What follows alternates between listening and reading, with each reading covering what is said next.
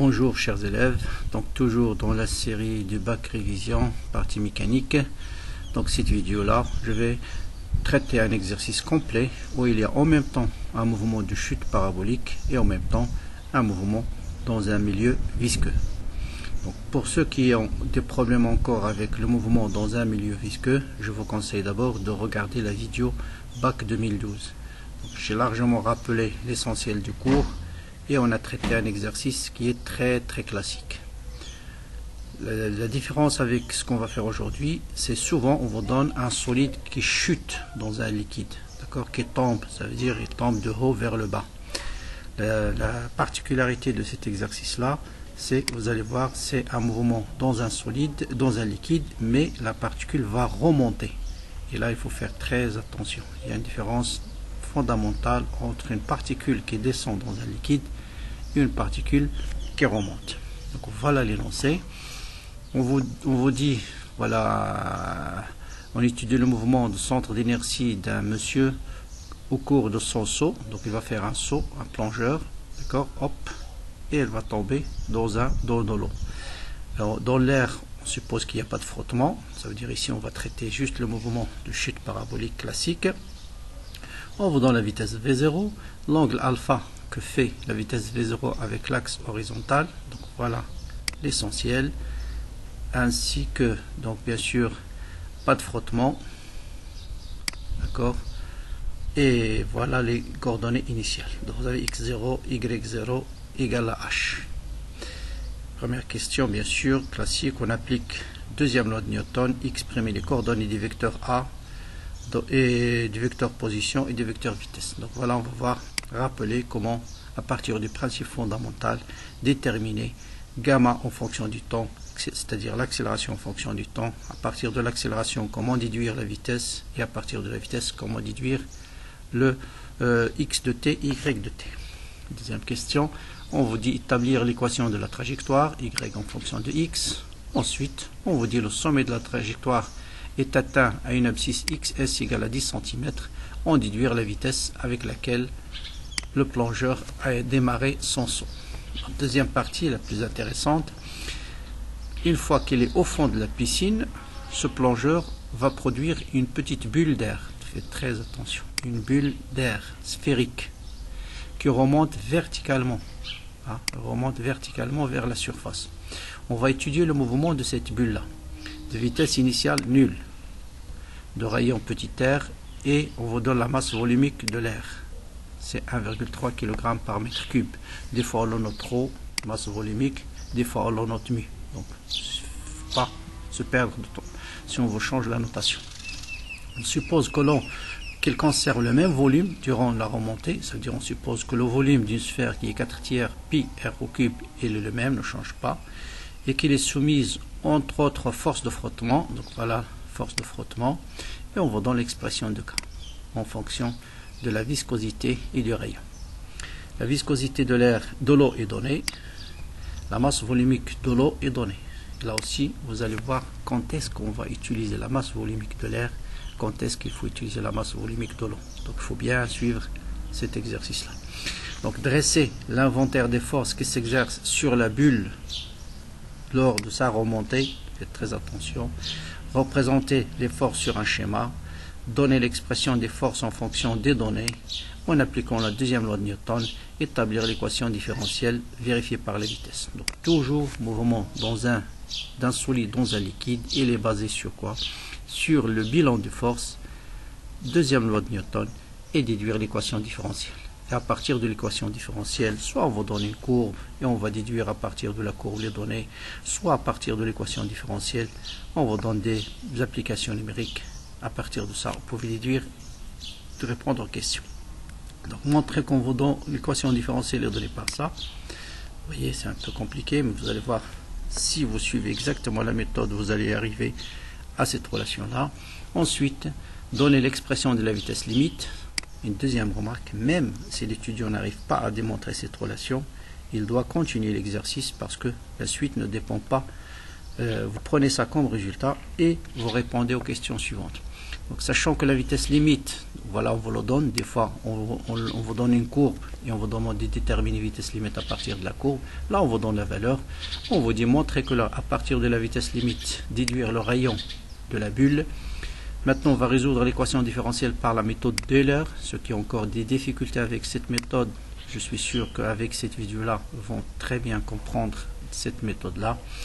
Donner l'expression numérique de l'équation différentielle qu'on a établie de la vitesse, exprimer V de n en fonction de Vn-1 à n-1 et de delta t. Des fois on vous donne Vn plus 1 en fonction de V de n et A de n, c'est exactement la même chose. On vous donne delta t, 1, 10 moins 5 secondes. Trouver par la méthode d'Euler la vitesse aux instants t1 qui est égal à t0 plus delta t et t2 qui est égal à t1 plus delta t. Donc à travers cette vidéo là, donc essayez de suivre, on va rappeler comment traiter un problème de chute parabolique d'une façon générale et comment répondre à un exercice de chute dans un liquide, mais cette fois-ci faites attention, le solide remonte dans un liquide et non pas il descend dans un liquide.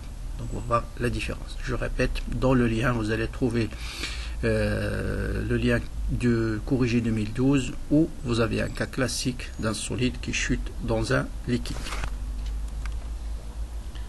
Bien. Première question donc, appliquer deuxième loi de Newton et déterminer quoi? Déterminer les coordonnées du vecteur accélération. C'est-à-dire quelle est sa composante suivant l'axe des x. On vous donne ici le repère d'étude, c'est l'axe x et l'axe y. Toujours dans un problème, que ce soit de chute parabolique ou bien d'un mouvement d'un solide, d'un liquide dans un milieu visqueux, si vous avez, on vous demandera de déterminer les équations horaires ou bien l'équation différentielle, toujours première chose, condition initiale. Vous les notez une fois pour toutes. À t égale à 0, c'est-à-dire c'est quoi la position du centre de gravité? Il est là. Donc la pense de centre de gravité, elle est là. Quel est x? X c'est 0. De toute façon, on vous donne dans l'énoncé, y c'est 0. Donc x0 c'est 0, y0 c'est h, pardon. C'est h, non pas 0. C'est cette hauteur-là. Hein, je l'ai mis ici. Cette hauteur-là, c'est h. Ensuite, la vitesse. Voilà le vecteur vitesse à t égale à 0. Donc sa projection suivant l'axe des x, c'est ce vecteur-là. Et ce vecteur-là, c'est quoi? C'est v0 cosinus alpha. Hein? Muhaïd al-watar. Et v0y, bon c'est v0y ici. v0y, bien sûr, c'est v0 sinus alpha. Donc c'est cette distance-là. C'est ce vecteur-là.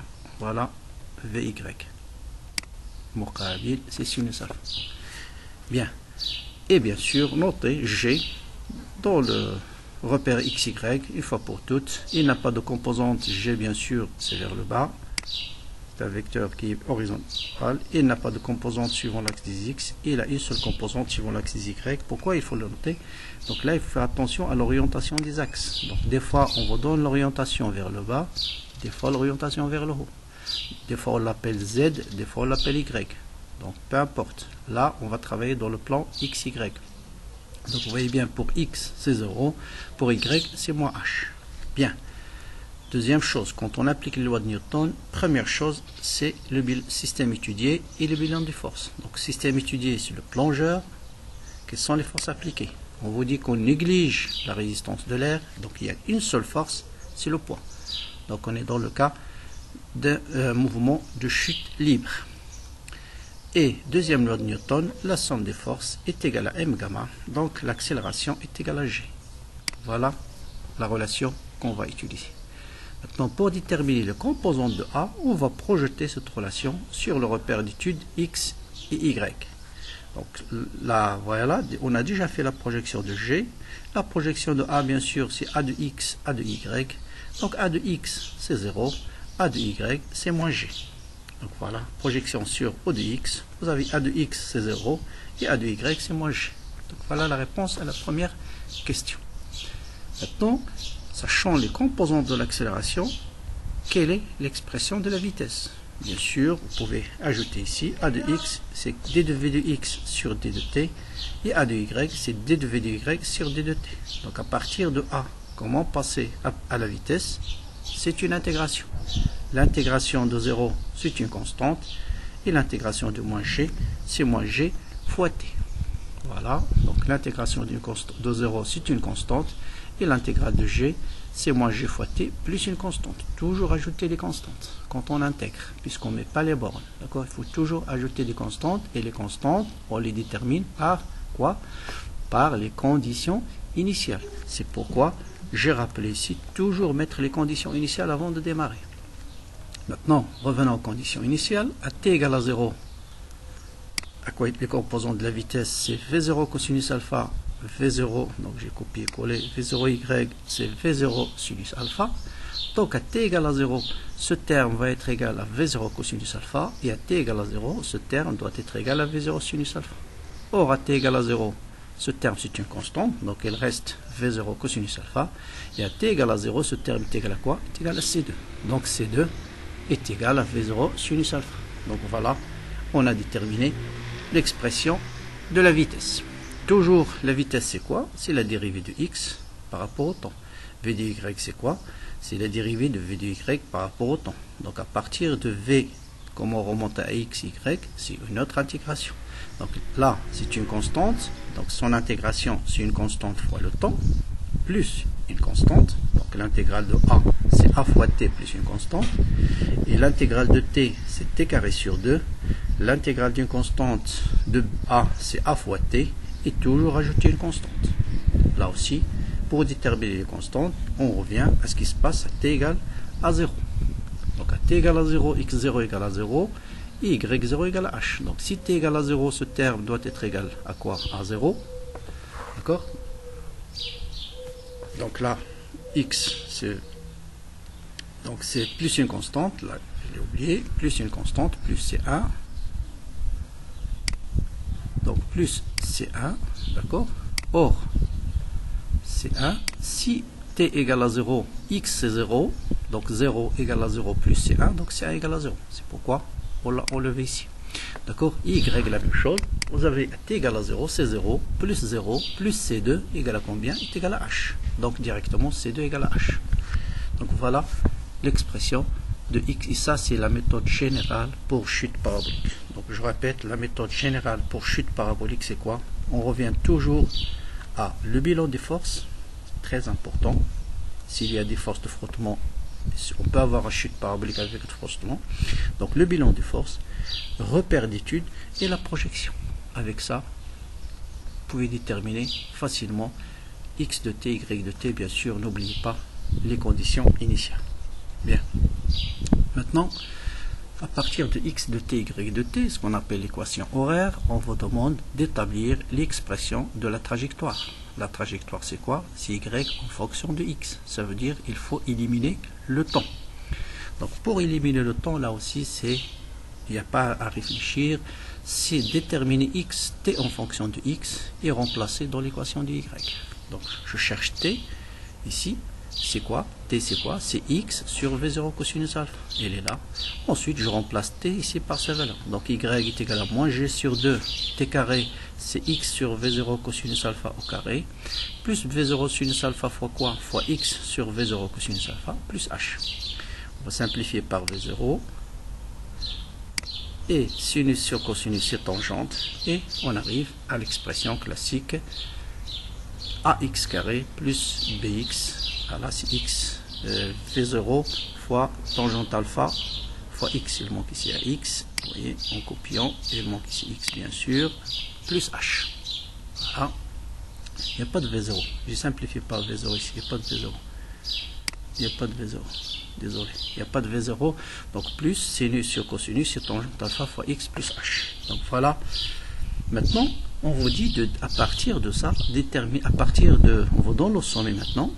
Donc souvent, soit on vous donne V0 et on vous dit déterminer l'expression de XS. Là, on vous donne la valeur de XS. D'accord? Donc le plongeur, je schématise un peu la trajectoire. Il est parti avec une vitesse V0. Ensuite, il va plonger dans l'eau. Donc au sommet ici, c'est ce point-là. Donc voilà XS. XS. D'accord? Et pour déterminer V0, sachant la valeur de XS, on va toujours, qu'est-ce qui se passe au sommet? Au sommet, la vitesse, elle est tangente à la trajectoire, c'est-à-dire il est parallèle à l'axe des X. Autrement dit, sa projection sur l'axe des y égale à quoi? Égale à 0. Donc voilà, toujours on commence par v de y et on pose v de y égale à 0 si t est égal à ts. V de y égale à 0 si t est égal à s, et on détermine le temps où le plongeur va arriver au sommet. Maintenant, connaissant le temps, on va déterminer yxs. D'accord? Voilà, je remplace maintenant. On connaît xs, c'est ce qu'on nous donne. Je connais ts, donc je remplace ici ts par sa valeur. Donc v0 cosinus alpha fois ts qui est v0 sinus alpha sur g. Donc voilà xs en fonction de v0, donc v0 au carré, d'accord, v0 xs c'est v0 au carré fois, voilà, donc fois v0 au carré fois sinus alpha cosinus alpha sur g, d'accord. Donc voilà, et à partir de là on va déduire v0 au carré, d'accord. Donc v0 au carré c'est xs sur cosinus alpha sinus alpha. Donc on nous donne la valeur de xs, on nous donne la alpha, donc je vais déterminer v0. Donc je répète, très simple, chaque fois qu'on vous donne le sommet, pensez toujours à v de y égale à 0. Toujours. V de y égale à 0, c'est ça qui permet de déterminer soit ys, soit ts, soit ce que vous voulez. Donc là, v de y égale à 0 nous permet de déduire tout de suite le temps d'arrivée au sommet. Et si je connais le temps, ça, si on connaît v0, je peux déterminer xs et ys en remplaçant ts dans les équations horaires. Là, c'est l'inverse. Ce qu'on vous dit, on vous donne xs et on vous demande de déterminer v0. Donc c'est la même chose. Je détermine l'expression de xs en fonction de v0 et je remplace xs par sa valeur et je vais déterminer v0. Donc vous voyez, il y a deux types de questions. Soit on vous demande de déterminer xs et ys, sachant le temps d'arrivée, sachant v0, pardon. Si je connais v0, alpha et g, je peux déterminer ts. D'accord? Là, on ne vous donne pas ts, mais on vous donne xs. Donc, qu'est-ce qu'on va faire? On va déterminer xs en fonction de v0. Donc, je détermine d'abord le temps d'arrivée. Ensuite, je remplace ts dans cette expression ici. Et je détermine v0 au carré en fonction de xs, cosinus alpha, sinus alpha. Donc, je connais xs, je connais v0, sinus alpha. Donc, je détermine v0. Donc, faites l'application numérique et vous allez trouver la valeur de v0. D'accord? Bien. Maintenant, on passe à la deuxième partie. Et là, il faut bien suivre attention. Donc, avant de vous regardez par le schéma, vous posez-vous la question, quelles sont les forces qui s'exercent sur la bulle? Bon, là, on vous le dit dans l'énoncé, il y a le poids, bien sûr. Mais, à votre avis, la force de frottement? Le poids, c'est toujours vers l'intérieur, vers le bas, bien sûr. Maintenant, la force de frottement, il va être où? Il va être vers le haut ou vers le bas? D'habitude, il y a certains qui vont passer directement la force de frottement chute dans un milieu visqueux, on le représente vers le bas. Là, il faut faire très attention. C'est ça la différence entre un solide qui remonte dans un liquide et un solide qui descend. Un solide qui remonte, c'est-à-dire voilà, la direction du mouvement, c'est vers le haut. Or, la force de frottement, c'est toujours opposé au sens du mouvement. Donc, la force de frottement, faites attention, je reviens sur la poussée d'Archimède, la force de frottement, elle est vers le bas. Donc, voilà, c'est celle-là en rouge. Force de frottement, c'est vers le bas. Donc, elle est vers le bas, la force de frottement. Hein, faites très attention. Et bien sûr, la poussée d'Archimède, elle est toujours vers le haut, que ce soit le corps descend ou bien elle remonte, parce que la poussée d'Archimède vous soulève lorsque vous êtes dans un liquide. D'accord? Donc faites très attention surtout à ça. Donc c'est ça qui change entre un solide qui remonte et un solide qui descend. Donc d'accord, un solide qui descend, la force de frottement c'est vers le haut. Un solide qui remonte, la force de frottement c'est vers le bas. D'accord? C'est clair? Donc voilà la vitesse, normalement c'est moins qu'à fois la vitesse, mais si je projette la vitesse, l'axe Z c'est vers le haut, la vitesse c'est dirigé vers le haut, donc la vitesse c'est la vitesse suivant K, donc c'est moins K fois V suivant K. Comme ça, si vous projetez, vous n'allez pas avoir des problèmes de signe moins. Donc n'oubliez pas ici la vitesse, vecteur vitesse, c'est un vecteur qui est dirigé dans le sens du mouvement. Voilà le vecteur vitesse. Donc si je le projette sur le vecteur au Z, ce sera V fois K. C'est ce que j'ai fait ici. V fois K. je reprojeter directement le poids, il est vers le bas, Z c'est vers le haut, c'est moins mg fois k. Et projeter la poussée d'Archimède, c'est mu de l'eau, faites attention, poussée d'Archimède c'est mu du liquide, masse volumique du liquide, fois le volume de l'objet, fois g fois k. Bien sûr, il est vers le haut. Et après, quand vous allez utiliser le principe fondamental, vous faites juste, représenter juste la somme des forces par leur valeur, comme ça, tous les vecteurs K vont disparaître et vous n'allez plus avoir de problème puisque je vais mettre un signe moins, un signe plus. C'est clair? D'accord? Donc voilà le bilan des forces qui s'exercent sur la bulle lors de la remontée. Donc c'est le poids, poussée d'Archimède, bien sûr c'est la masse volumique du liquide, V c'est le volume de la bille, et là faites attention, c'est dans le volume de la bille où va apparaître la masse volumique de l'air, parce que M c'est la masse de la bulle d'air, et la masse de bulle d'air c'est ρ fois V, mais quel ρ? C'est ρ de l'air. Vous voyez la différence? Quand est-ce qu'on va utiliser ρ de l'eau et ρ de l'air? Dans la poussée d'Archimède, on utilise la masse volumique du liquide. Et pour calculer la masse de l'objet, on utilise la masse volumique de l'objet. C'est clair? Je répète parce que c'est important. Dans la poussée d'Archimède, c'est la masse volumique du liquide. Et dans la masse du solide qui se déplace dans le liquide, c'est la masse volumique de l'objet. Clair? Maintenant, donner l'expression des valeurs en fonction des données. Bon, j'ai déjà donné ça. Donc le poids c'est moins mg fois k. La poussée d'Archimède c'est mu de l'eau fois le volume de la bille, de la bulle, c'est-à-dire 4 tiers pi r au cube fois g suivant k. Et la force c'est moins k v suivant k. Maintenant, on vous dit d'établir l'équation traduisant l'évolution de la vitesse. Donc là, c'est toujours une fois qu'on a déterminé les forces, on les a projetées correctement sur le repère d'étude. Faire attention, est-ce que c'est le repère, l'axe vers le haut et vers le bas? Si on vous donne par exemple dans cet exercice l'axe Z vers le bas, le signe moins va devenir un signe plus et le signe plus va devenir un signe moins. C'est tout ce qui va changer. Voilà, toujours appliquer la deuxième loi de Newton, la somme des forces égale m gamma, et maintenant je remplace juste chaque force par sa projection.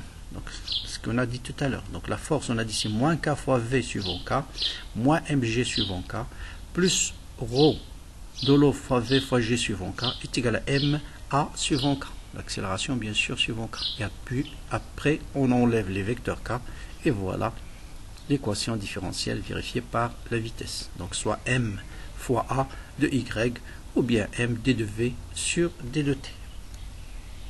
Donc l'équation différentielle, je vais chercher d de v sur d de t. Donc je divise k par m, je le ramène de l'autre côté. Je divise est égal à quoi? Est égal à mu fois v fois g sur m et moins g. D'accord? Et qui est égal, ce terme, je peux l'écrire aussi, mu. Je remplace la masse de la bulle d'air par ρ fois V. Et là, c'est ρ de l'air. Vous voyez un peu la différence? Quand est-ce qu'on va utiliser ρ de l'eau et quand est-ce qu'on utilise ρ de l'air? D'accord? Donc la masse de la bulle, la masse de la bulle d'air, il est rempli par de l'air. Donc sa masse, c'est ρ de l'air fois le volume. Vous voyez ici qu'on va simplifier avec le volume et vous allez avoir une forme beaucoup plus simple. Donc voilà. Maintenant, en remplaçant K par sa valeur, 6P fois état fois R, le volume par 4 tiers PR au cube, et la masse, c'est ρ fois ρ de l'air fois le volume. Donc, puisque dans l'expression de l'équation différentielle G K sur M, je vais d'abord déterminer l'expression de K sur M. K, c'est 6P état fois R. M, c'est 4 tiers PR au cube fois ρ de l'air. On va simplifier par 6 fois 3 sur 4, c'est 9,5. On va simplifier par R et par mu de l'air par pi aussi. D'accord? Et voilà ce qui reste donc à sur M. Donc voilà, c'est ce terme-là. Et tout à l'heure, je vous ai dit, on va simplifier par les volumes. Et donc, il reste G facteur de mu de l'eau sur mu de l'air moins 1. Vous voyez, si vous êtes méthodique, vous allez arriver à la question. Je vous assure, c'est un exercice qui est un peu difficile, mais on applique toujours les mêmes étapes de calcul, quel que soit l'exercice. Maintenant, l'expression de la vitesse limite. Donc deux choses. Soit on vous donne la courbe, et là il suffit de faire la lecture sur la courbe, soit toujours aller dans l'équation différentielle et dire qu'est-ce que ça signifie la vitesse limite. Donc V, on parle de la vitesse limite si la vitesse du mobile devient constante. Dans ce cas-là, V est égal à la vitesse limite. Donc si V est égal à la vitesse limite, ça veut dire que la vitesse est devenue une constante. Autrement dit, la dérivée de la vitesse par rapport au temps. Donc il suffit de remplacer ce terme par 0 et V par V limite. Et donc, voilà, je remplace ce terme par 0. Donc V par V limite. Et ceci peut permettre de déterminer la vitesse limite directement. Donc vous voyez ici, 9 états. Donc vitesse limite est égale à quoi? Est égale à 2. Bon, je vais faire une petite révision, un petit calcul. Donc c'est-à-dire vous multipliez de l'autre côté par l'inverse de celui-là. 2 mu fois R sur R carré divisé par 9 fois état. Le mu de l'air, on va l'introduire à l'intérieur. Donc vous allez avoir mu de l'eau moins mu de l'air. On va simplifier par mu de R. Bon, un petit calcul. Faites-le au brouillon. Vous allez arriver facilement à cette expression. Donc voilà l'expression de la vitesse limite. Maintenant, on vous dit, sachant que la vitesse limite est égale à une valeur, déduire la valeur du rayon. On vous donne G, on vous donne état, on vous donne mu de l'air, on vous donne mu de l'eau. Donc là, c'est juste une application numérique. D'accord? Donc je cherche le rayon. Donc R carré, c'est 9 états fois V limite, divisé par G, 2G, facteur de ça. Voilà, c'est R carré. Et pour passer R, on va mettre la racine carrée. Je vous laisse le soin de faire l'application numérique. Et on trouve exactement la valeur qu'on nous donne. Et ça vous rassure pour faire la suite de l'exercice. Maintenant, donner l'expression numérique de l'équation différentielle. Ça veut dire quoi l'expression numérique? Vous remplacez toutes les valeurs de l'équation différentielle qu'on a établie tout à l'heure. Voilà cette équation-là. Vous remplacez état par sa valeur, mu de l'air par sa valeur, le rayon par sa valeur, G par sa valeur, mu de l'eau sur mu de l'air par leur valeur, et calculez tout ça. Donc c'est juste des calculs. Une application numérique, vous allez trouver d de V sur d de t est égal à 7528,7 moins 29 944,1 fois V. D'accord? Maintenant, vous allez suivre avec moi la méthode d'Euler. Voilà, ceux qui ont encore des difficultés, voilà la méthode. Et on vous aide ici. On vous dit exprimer d'abord la vitesse V de n en fonction de V de n-1 et AN-1 et delta t. Je répète, des fois on vous donne V de n plus 1 en fonction de V de n et A de n. D'accord? Mais la méthode, elle est basée sur cette définition. L'accélération, c'est d de V sur delta t. d de V sur d de t. d de V, donc si je m'intéresse à l'instant n-1, donc c'est à l'instant, toujours vous avez n. Qu'est-ce qu'on utilise? Un instant antérieur et un instant après. D'accord? Je répète. Donc là, A, l'accélération à l'instant n, à l'instant n-1, d'accord? Donc vous avez n-1, à l'instant n-1, pardon, l'accélération à l'instant n-1, c'est v de n moins v de n-1 sur delta de t. Donc je répète, donc l'accélération, voilà ici je le mets ici, l'accélération, voilà, l'accélération à l'instant t, à l'instant n-1, bon, l'instant n-1 c'est quoi? C'est v de n, c'est-à-dire à l'instant n-1 plus 1 moins v de n-1 sur delta t. Et donc ça vous donne l'expression de v de n à partir de cette relation. V de n c'est quoi? C'est a de n-1 fois delta t plus v de n-1. D'accord? Voilà. Donc ça c'est la relation qui permet de lier l'accélération à la vitesse. Maintenant, voilà l'équation différentielle. Donc voilà, v de n c'est a de n-1 delta t plus v de n-1. Et on a l'équation différentielle. C'est-à-dire a, l'équation de... Je dois la rappeler ici, il n'est pas là. Bon, je vais l'écrire d'abord. Attendez une minute et vous allez comprendre exactement cette méthode d'Euler. Voilà, elle est là. Ah, j'ai oublié. Donc voilà, j'ai l'équation différentielle. En fait, c'est ça, elle est devant moi. Donc voilà deux choses pour répondre à la méthode d'Euler. Écrivez l'équation différentielle devant vous et écrivez la définition de l'accélération. C'est-à-dire l'accélération à l'instant n-1, c'est v de n moins v de n-1 sur delta t. Et donc, cette équation sert à quoi? Elle sert à déterminer l'accélération à l'instant n, connaissant la vitesse à l'instant n. Voilà ce qui est important. Connaissant l'accélération à l'instant n, pouvez déterminer la vitesse à l'instant n. Ou bien inversement, connaissant la vitesse à l'instant n, vous pouvez déterminer l'accélération à l'instant n. Celle-là, c'est l'inverse. Si vous connaissez l'accélération à un instant antérieur, c'est-à-dire n-1 et la vitesse, vous allez déterminer la vitesse à un instant postérieur. Et bien voilà, on commence par t égale à 0. On sait que la vitesse t égale à 0, c'est 0. Voilà. Donc je vais déterminer d'abord l'accélération à t égale à 0. Voilà la première chose que je veux calculer. L'accélération à l'instant 0, c'est quoi? C'est cette constante moins ce terme fois V0. Or V0, c'est quoi? C'est 0. Donc il va vous rester uniquement 7528,7. C'est exactement le terme que vous avez ici. Très bien. Vous avez calculé à 0. Vous connaissez V0. Donc je reviens ici et je détermine V1. Voilà. V1 c'est quoi? C'est A0 fois delta t plus V0. On connaît delta t, c'est 1 10 puissance 5. Je connais A0, c'est ce terme. Donc je multiplie A0 par delta t et j'ajoute V0. V0 c'est 0. Donc si vous faites ce terme là fois delta t, donc c'est exactement celui-là fois 10 moins 5, donc ce sera 0,075. Exactement ce qu'on a ici. J'ai déterminé V1. Maintenant je dois calculer A1. Je passe à l'équation différentielle. A1 c'est quoi? C'est ce terme moins V1 que je viens de calculer. Donc il est égal à ce terme moins ce terme fois V1 que je viens de calculer. Donc je fais l'application numérique et je trouve A1 c'est ce terme moins ça fois V1. Et je trouve exactement ce terme-là. Voilà. J'ai calculé A1. Maintenant je dois calculer V2. Je reviens à cette expression-là. V2 est égal à quoi? Bon, je l'ai déjà écrit ici.